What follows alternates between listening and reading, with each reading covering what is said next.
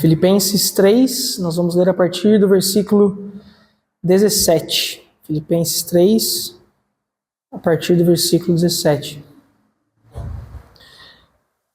Irmãos, sejam meus imitadores e aprendam com aqueles que seguem nosso exemplo. Pois, como lhes disse muitas vezes, e o digo novamente, com lágrimas nos olhos, há muitos cuja conduta mostra que são, na verdade, inimigos da cruz de Cristo. Estão rumando para a destruição. O Deus deles é seu próprio apetite. Vangloriam-se de coisas vergonhosas e pensam apenas na vida terrena. Nossa cidadania, no entanto, vem do céu, e de lá aguardamos ansiosamente a volta do Salvador, o Senhor Jesus Cristo. Ele tornará nosso frágil corpo mortal e o transformará num corpo glorioso como o dele, usando o mesmo poder com o qual submeterá todas as coisas a seu domínio. Amém? Irmãos, o que nós temos visto nos últimos versículos aí que nós estamos estudando, né, de Filipenses, especialmente no capítulo 3, Filipenses é uma carta, lembra? É uma carta de amizade exortativa. Então, em alguns momentos, vê Paulo ali sendo carinhoso com os filipenses, dizendo o quanto ele os ama. Em alguns momentos, Paulo vem exortando, né, os filipenses na caminhada cristã. E você vê que o capítulo 3, né, ele é um capítulo que fala muito sobre isso, sobre vida cristã, sobre o caminhar cristão, né? A gente, então, nas nossas últimas exposições aqui, nós temos visto isso muito claramente, né? No início do capítulo, a gente falou sobre a verdadeira adoração, né? Que é a adoração do Espírito, né? Nós vimos o que é o Evangelho e como aquilo que você adora, né? Mexe com você. Nós vimos isso. Na sequência, nós passamos por outros 2 domingos olhando, né? Sobre a importância de conhecer a Deus, né? Como todos os nossos esforços devem estar nisto. E aí Paulo, por fim, no final do capítulo, ele vem com um último imperativo, né? Ele dá uma última ordem, né? Um verbo imperativo. Ele diz o quê? Sejam meus imitadores. O que isso quer dizer? Né? O que ele quer dizer com isso? Sejam meus imitadores. É sobre isso que eu quero pensar com vocês hoje de manhã, né?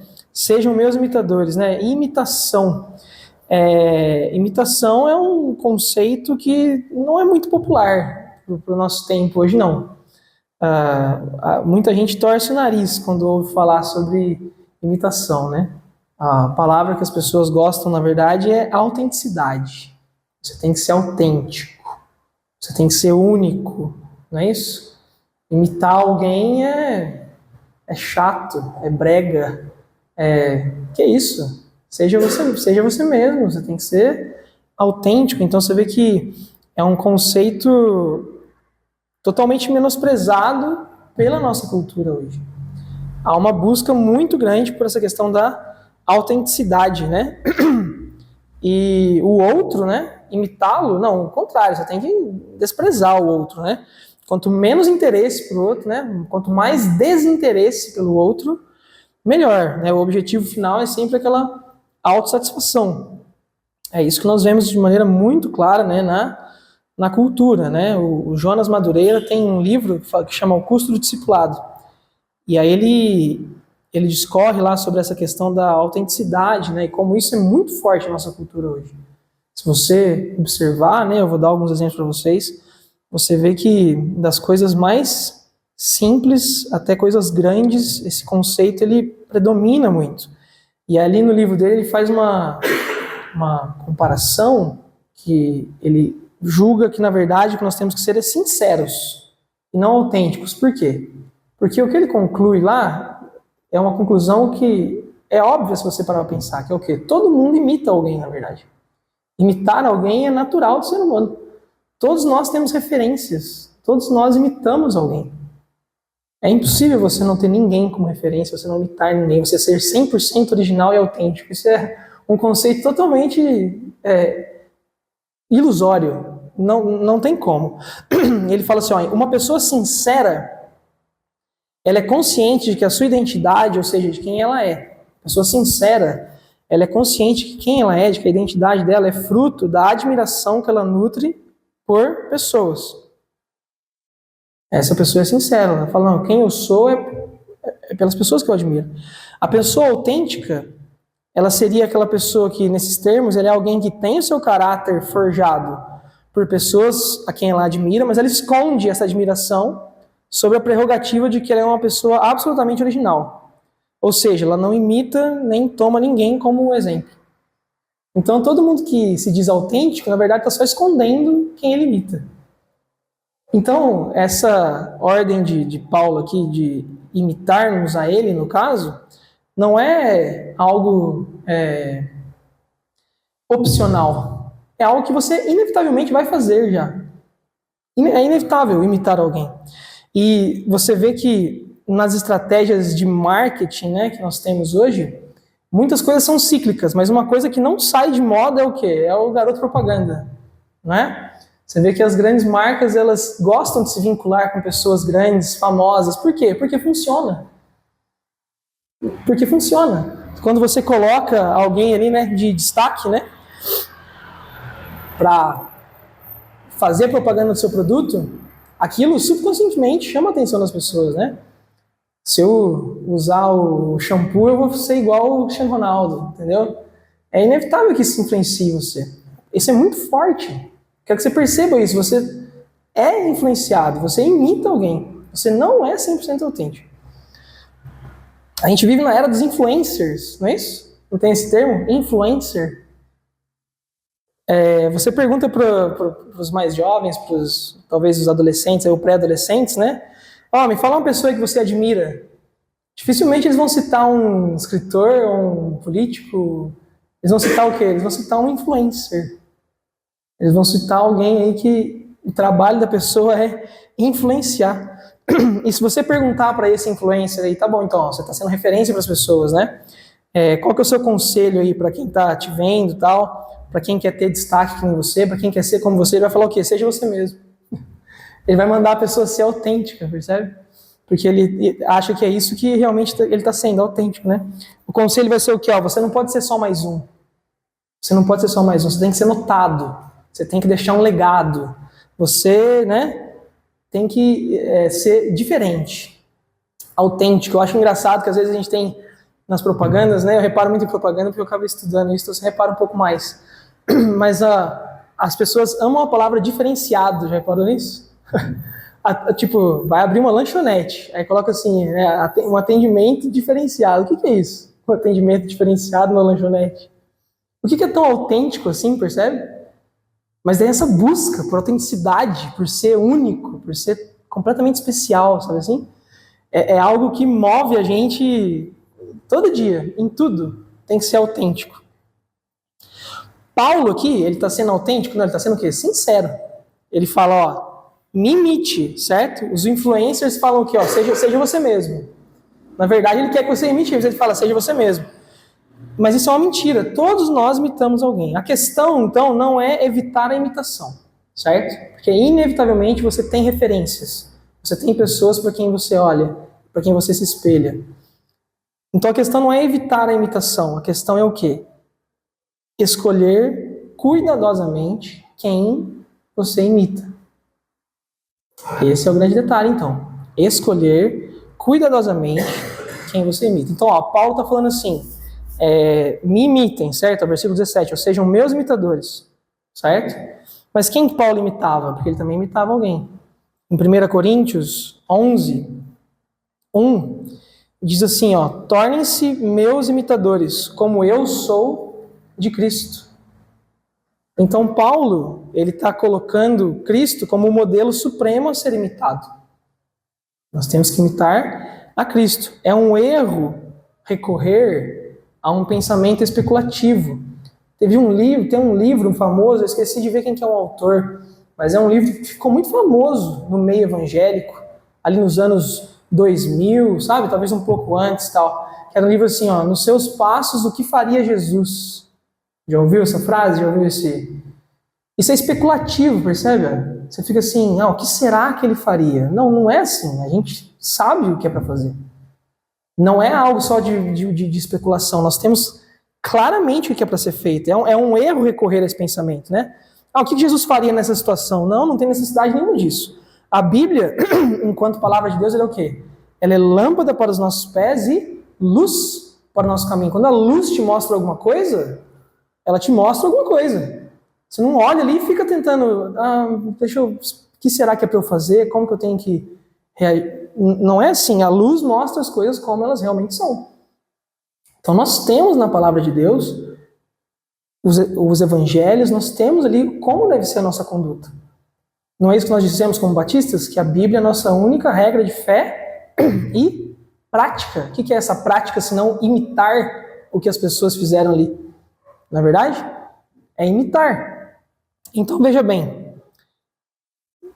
primeira parte é essa. Todos nós imitamos alguma coisa, é inevitável, faz parte da nossa natureza. O importante é você escolher cuidadosamente o que você tem imitado, o que você tem deixado encher a sua cabeça, sabe? De onde você está tirando as suas influências? Do que você enche o seu coração? Agora, o que exatamente você tem que imitar? O que você tem que imitar? Paulo está mandando, me imite, mas me imite no quê? Se nós recapitularmos o que nós vimos antes, vai ficar claro pelo menos duas coisas. Que Paulo quer que você imite o quê primeiro? Que você imite a paixão que ele tem pela pessoa de Jesus. Lembra no versículo 13, que nós vimos na outra semana que eu preguei? Irmãos, eu não alcancei ainda, mas eu concentro todos os meus esforços nisso. Percebe a paixão dele? Eu concentro tudo que eu sou, todos os meus esforços. É nisso que ele quer que a gente imite. Ele quer que você imite ele na paixão que ele tem por aquilo, certo?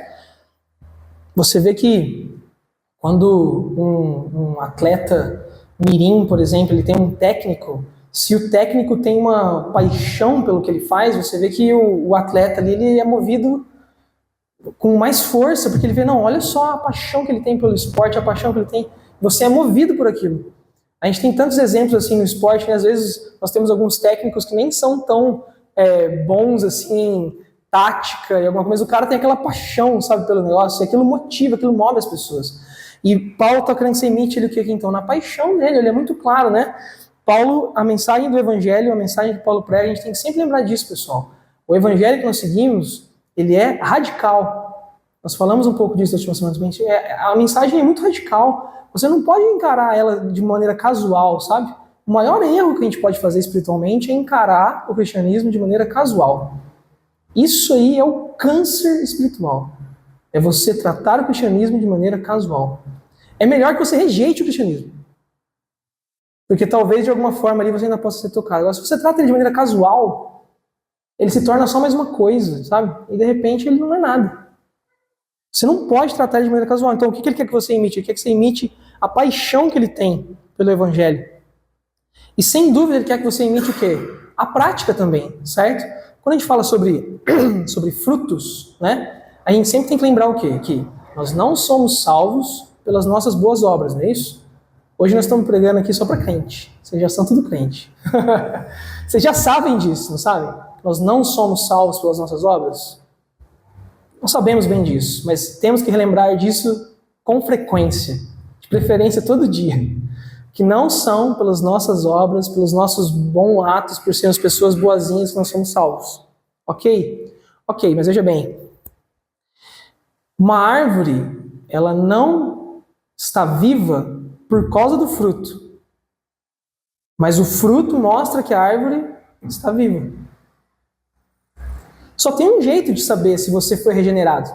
Só tem um jeito de saber se você nasceu de novo. Só tem um jeito de saber, que é o quê? São os frutos que a sua vida dá. No longo prazo, não é isso? Porque no curto prazo, você tem algumas espécies de planta que você planta a árvore e leva anos, né? Para dar fruto, não é isso?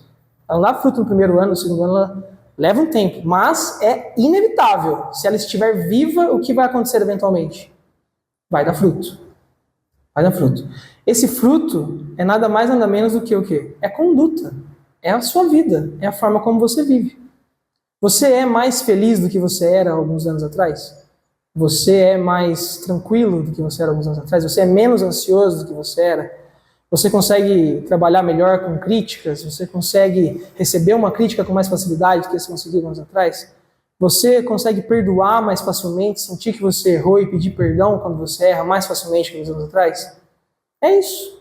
Isso é saber se a sua vida está dando fruto. E isso, se você estiver conectado na videira, né, o ramo na videira, isso é inevitável. Você tem que dar fruto. O fruto é inevitável. Você vê que na sequência aqui dos versículos que nós lemos, Paulo ele faz uma crítica, né? E é uma crítica para cristãos, para crentes, né? Ele fala assim, ó, há muitos cuja conduta mostra que são, na verdade, inimigos da cruz. Então a sua conduta vai mostrar que você é o quê? Inimigo da cruz. Ou que você não é inimigo. É a sua conduta, é o jeito que você vive, são os seus frutos. Não é isso que te salva, mas esse efeito é inevitável. Ele é inevitável. Então, veja bem, essa doutrina da imitação, nossa, dá pra gente falar inúmeras coisas sobre isso aqui, dá para pregar 3 semanas, só sobre a doutrina da imitação, certo?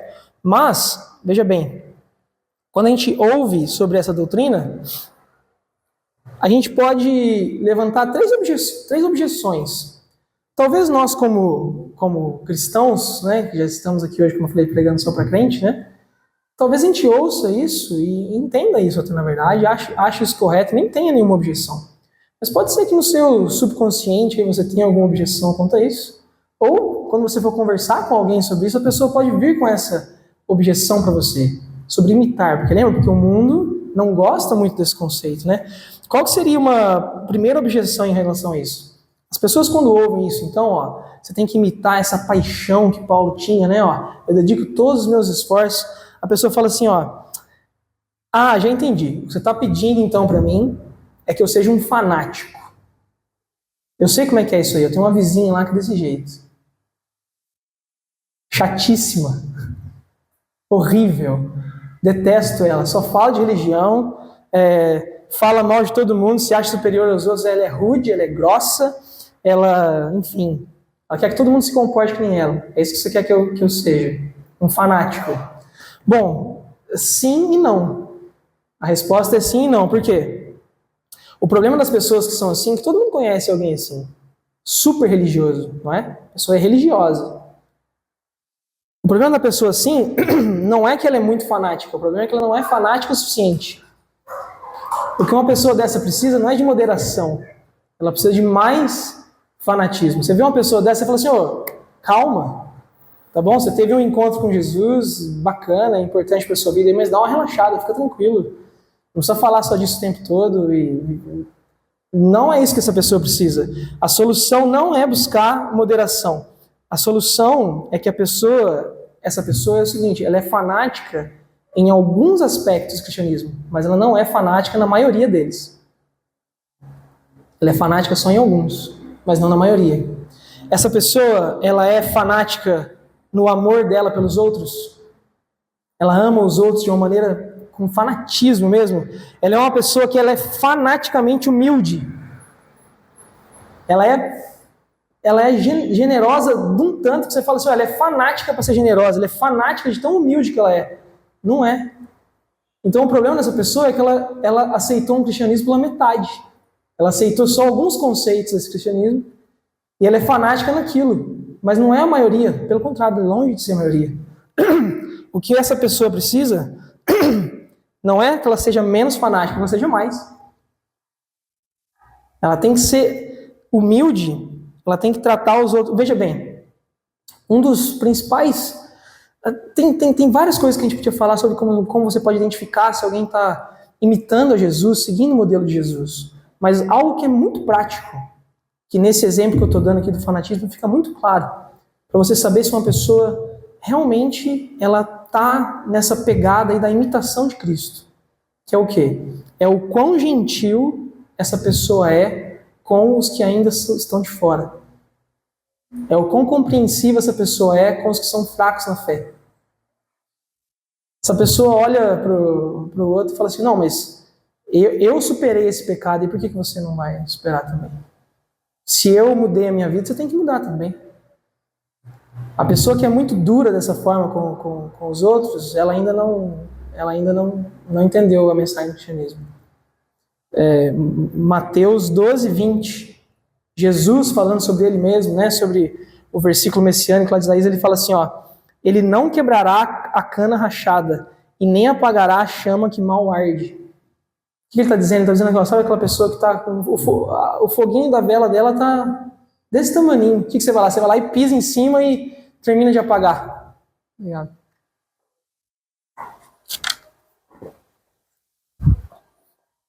Você não faz isso. Tem uma outra passagem que os discípulos estão numa cidade lá e eles rejeitam a mensagem. E aí os discípulos falam para Jesus assim, manda fogo do céu, manda queimar todo mundo aqui. Ele fala, não, o fogo vai vir sobre mim depois. Percebe? Então, o quão compreensivo você é com os mais fracos na fé, o quão compreensivo você é com as pessoas que ainda... O quão amoroso você é com as pessoas que ainda não receberam essa mensagem, mostra muito sobre a sua imitação. Mostra muito se você está imitando esse caráter cristão. O problema não é ser fanático. O problema é não ser fanático o suficiente. Esse é o problema. Segunda objeção que muitas vezes aparece. Porque veja bem, se você ler o versículo comigo, novamente, o versículo 17, ele fala assim, sejam meus imitadores e aprendam com aqueles que seguem o nosso exemplo. Então você tem uma cadeia assim, você tem Jesus, que é o modelo supremo a ser imitado, certo? E Paulo está imitando Jesus. E aí Paulo fala assim, e olha também para esse pessoal que me imita. Então você tem Jesus, tem Paulo, tem outro pessoal que já imita Paulo, e tem os filipenses que estão lendo essa carta, e tem quem agora? Tem nós que estamos lendo. Ou seja, nós temos que nos tornar pessoas que possam ser imitadas. Você consegue olhar para você hoje e dizer assim, a minha conduta hoje, essas pessoas olharem para mim, elas podem me imitar, podem ser como eu sou, porque a minha conduta cristã eu tenho caminhado bem. Não é questão de você não cometer erros, lembra? Mas é questão de você estar pronto a assumi-los.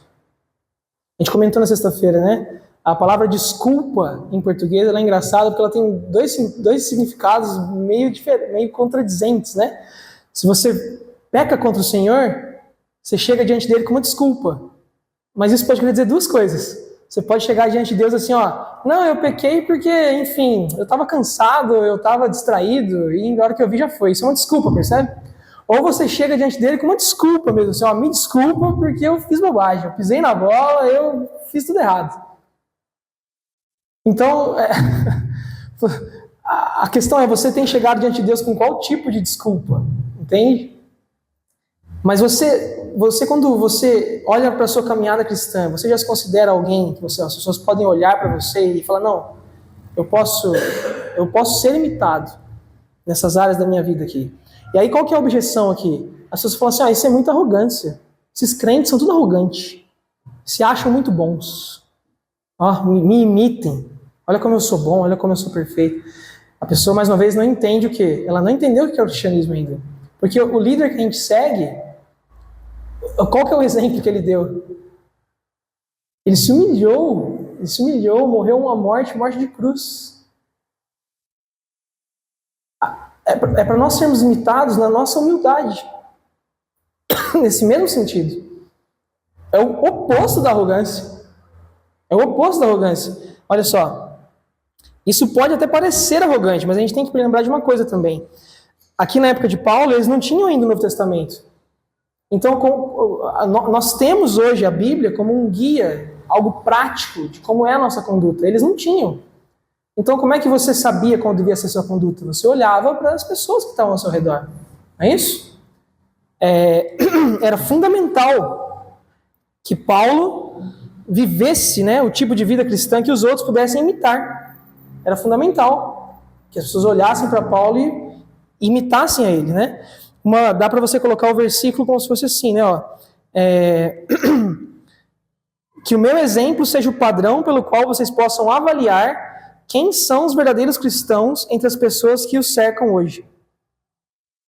Será que a gente consegue falar isso sobre a gente?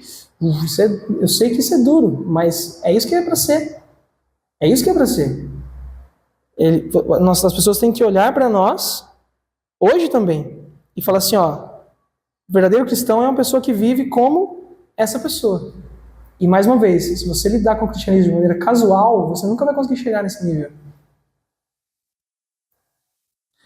A nossa situação não é exatamente a mesma, então, porque nós temos a Bíblia hoje. Mas muitas pessoas nunca vão ler a Bíblia. Muitas pessoas nunca vão ler lá os 4 evangelhos e ver a vida de Jesus e imitá-las. Mas elas vão o quê? Elas vão ter contato com você. Nós somos chamados para ser o 5º evangelho. Aquele evangelho que às vezes é o único que as pessoas vão ler, que é a nossa vida. Isso está em 2 Coríntios, capítulo 3. Fala assim, ó, 2 Coríntios 3, versículos de 1 a 3. Estamos começando a nos recomendar outra vez? Ou será que precisamos, como alguns, de cartas de recomendação para vocês ou de vocês para os outros? Ele fala, ó, vocês mesmos são a nossa carta de recomendação, escrita em nosso coração, conhecida e lida por todos. Nós temos que ser conhecidos e lidos por todos. Isso não é arrogância, muito pelo contrário, porque o que nós temos que demonstrar é o mesmo espírito do nosso líder. Nós estamos imitando o nosso líder, que é o quê? 2 Coríntios, versículo 5. Ó, tenham a mesma atitude demonstrada por Jesus Cristo. Lembra desse texto? Embora sendo Deus, não considerou que ser igual a Deus fosse algo ao qual devesse se apegar. Em vez disso, esvaziou-se a si mesmo, assumiu a posição de escravo e nasceu como ser humano. Quando veio em forma humana, humilhou-se e foi obediente até a morte e morte de cruz. No versículo 3, capítulo 2, versículo 3, Paulo falava, não sejam egoístas e nem tentem impressionar ninguém. Sejam humildes e considerem os outros mais importantes que vocês. Onde está a arrogância aqui? É o contrário da arrogância. Mas você tem que tentar ser esse tipo de pessoa. Esse é o nosso chamado.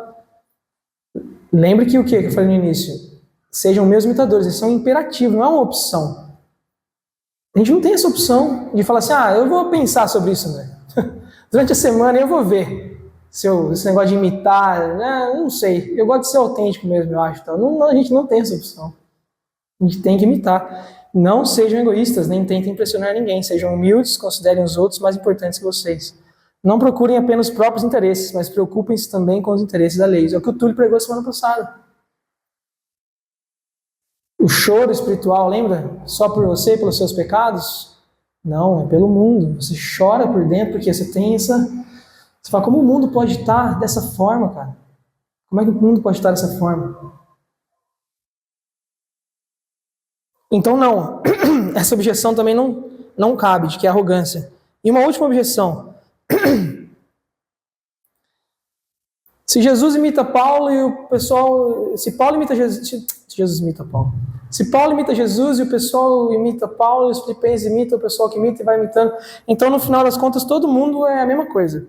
Ninguém mais tem personalidade, ninguém mais tem temperamento, ninguém tem mais gosto nenhum. Nós temos que ser tudo igualzinho. Algumas religiões são assim, inclusive. As pessoas, você pega lá um monge lá budista, você olha de um para o outro de costas, você não sabe quem. A pessoa se veste da mesma forma, tem o mesmo corte de cabelo, come do mesmo jeito, tem o mesmo temperamento, né?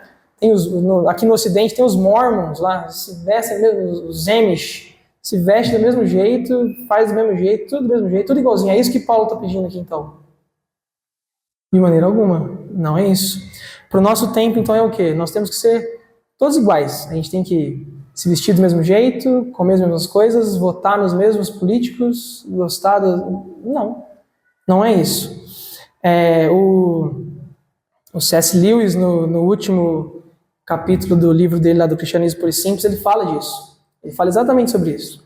Sobre essa questão, então, se todos nós vamos pegar um modelo, vamos imitar aquilo, nós vamos ficar todos iguais. Ele fala que não. Ele tenta achar uma analogia, ele fala assim, não existe uma analogia perfeita para isso. Mas o melhor que eu posso chegar é nisso aqui. E aí ele fala assim, Suponha que existe uma pessoa que nunca tenha comido sal. Você encontrou uma pessoa que nunca comeu sal na vida dela, certo? Aí você dá um punhado de sal na mão dela e fala para ela comer. Ela vai experimentar um gosto bem forte, né? O sal tem um gosto muito forte quando colocado direto na boca, né? Aí você fala para a pessoa assim, ó, lá no nosso país, as pessoas usam o sal para temperar, para temperar todo tipo de alimento. Tudo quanto é comida que a gente tem lá, a gente coloca sal na comida. A pessoa vai responder o quê? Uai, então eu suponho que todos os pratos lá no seu país têm exatamente o mesmo gosto. Porque um negócio forte desse aqui, você bota na boca, botou lá na comida, vai roubar todo o sabor. Mas você e eu sabemos que o efeito real do sal é exatamente o contrário. Longe de acabar com o gosto do ovo, com o gosto da abobrinha ou do repolho, na verdade ele os realça. Eles não mostram o seu real sabor enquanto você não acrescentar o sal. Enquanto você não coloca sal na comida, ela não realmente apresenta o sabor real dela. Tá, o que isso quer dizer? Isso quer dizer que você só vai conseguir ser realmente autêntico, ser realmente quem você nasceu para ser, quanto mais de Cristo você colocar em você. Quanto mais você se esvaziar de você e colocar Cristo em você, aí sim você vai se tornar quem você realmente é. Seguir a Cristo, imitar a Cristo, não vai tornar você igualzinho a outra pessoa. Pelo contrário, você vai se tornar você quem era para você realmente ser. Vai realçar quem você é. Ele continua dizendo assim, ó. Algo parecido acontece na nossa relação com Cristo. Quanto mais abrimos mão de nós mesmos e deixamos Cristo assumir o controle, mais verdadeiramente nos tornamos nós mesmos. Uau, isso aqui que é tão difícil, né? Controle. Abrir mão da nossa vida, né? Do controle da nossa vida. Ele, Jesus no caso, inventou, como um autor inventa personagens no romance, todos os homens diferentes que você e eu fomos criados para ser. Nesse sentido, o nosso eu verdadeiro está esperando completamente nele. Não adianta tentar ser eu mesmo sem ele. Quanto mais eu resisto a ele, quanto mais eu tento viver independentemente dele, mais eu me deixo dominar pela minha própria hereditariedade, pela minha criação, pelo meu ambiente, pelos meus desejos naturais. Você acha que se você não deixar Cristo te influenciar, se você não imitar Cristo, você não vai ser afetado por nada? Não, aí é que a tua família que te criou, a tua infância, os teus traumas, aí é que isso tudo vai te atacar. Mas se você deixar Cristo realmente dominar o seu ser, realçar quem você é, aí você vai ser você mesmo. Ele continua, na verdade, que eu chamei tão orgulhosamente de eu mesmo, torna-se meramente o ponto de encontro para a sequência de eventos ao qual eu dei início e não consigo interromper. O que eu chamo de meus desejos se torna meramente os desejos gerados pelo meu organismo físico, ou por coisas que são injetadas em mim mesmo pelos pensamentos de outras pessoas, ou mesmo sugeridas. Você vai imitar alguém. Você vai imitar alguém. E aí ele conclui assim, ó.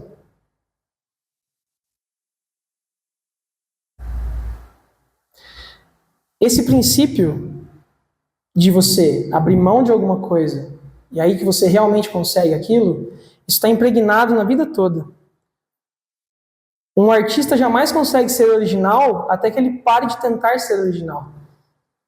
Uma pessoa jamais consegue causar uma boa impressão para outra até que ela pare de tentar causar uma boa impressão.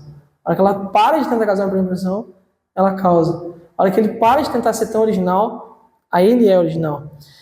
E ele diz assim, ó, abra mão do seu eu e você vai encontrá-lo de verdade. Ponha a sua vida a perder e você vai acabar salvando ela. Submeta-se à morte diária das suas ambições, dos seus principais desejos e também à morte de todo o seu corpo. No final, submeta-se com cada fibra do seu ser e você acabará por encontrar a vida eterna. Não guarde nada para você mesmo. Nada que você não tenha aberto mão de verdade vai ser realmente seu. Nada em que você não tenha, nada que não tenha morrido poderá ser ressuscitado depois. Se você continuar buscando em si mesmo, Tudo que você vai encontrar, no final das contas, é ódio, solidão, desespero, ira, ruína e decadência. Mas se você buscar a Cristo, acabará por encontrá-lo e junto com ele todas as outras coisas. Se você for procurar em você mesmo, você vai achar só isso, só ruína.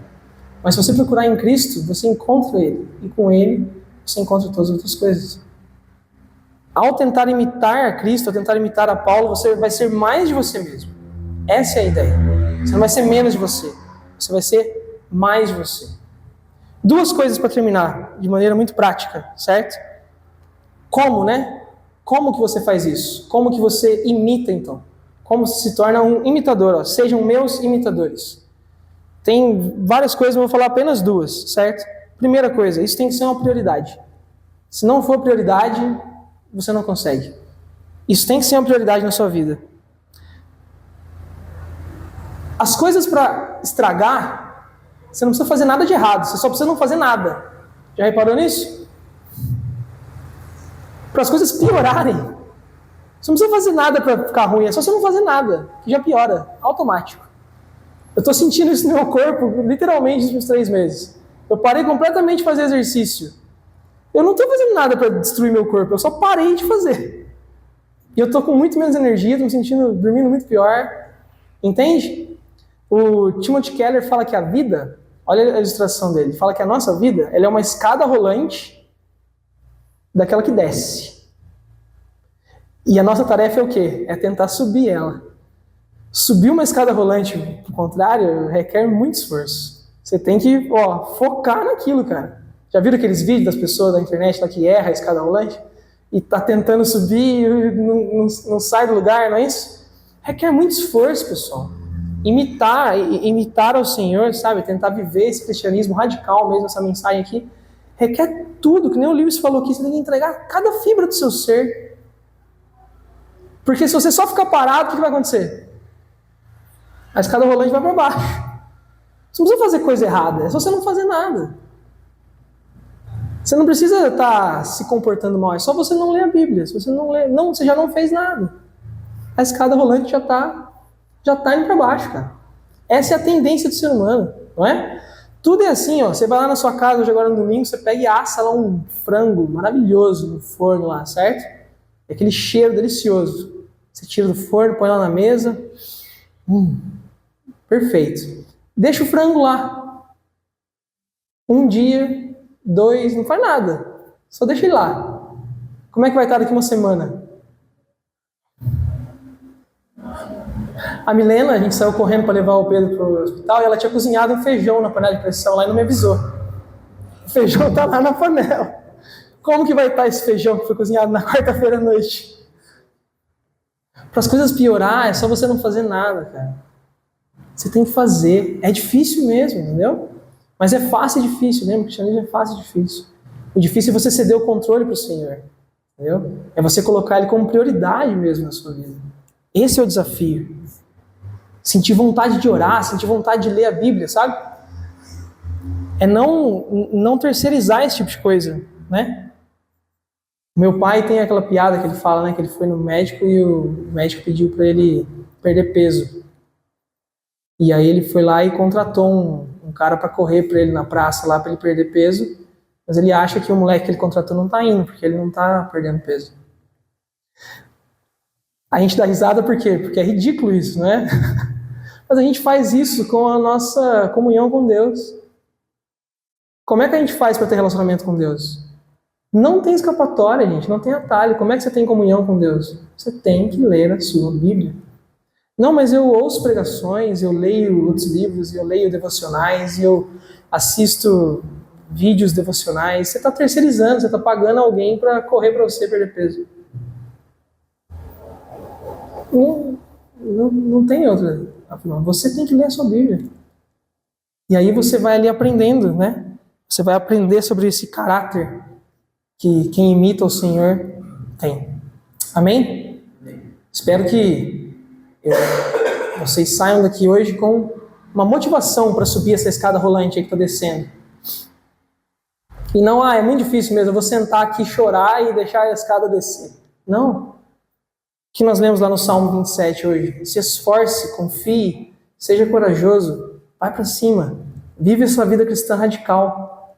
Faça que nem Paulo, né? Nisso eu dedico todos os meus esforços, esquecendo-me do passado. Esquece o passado. Eu olho para o que está adiante e eu prossigo para o final da corrida, a fim de receber o prêmio celestial para o qual Deus nos chama em Jesus Cristo. Amém?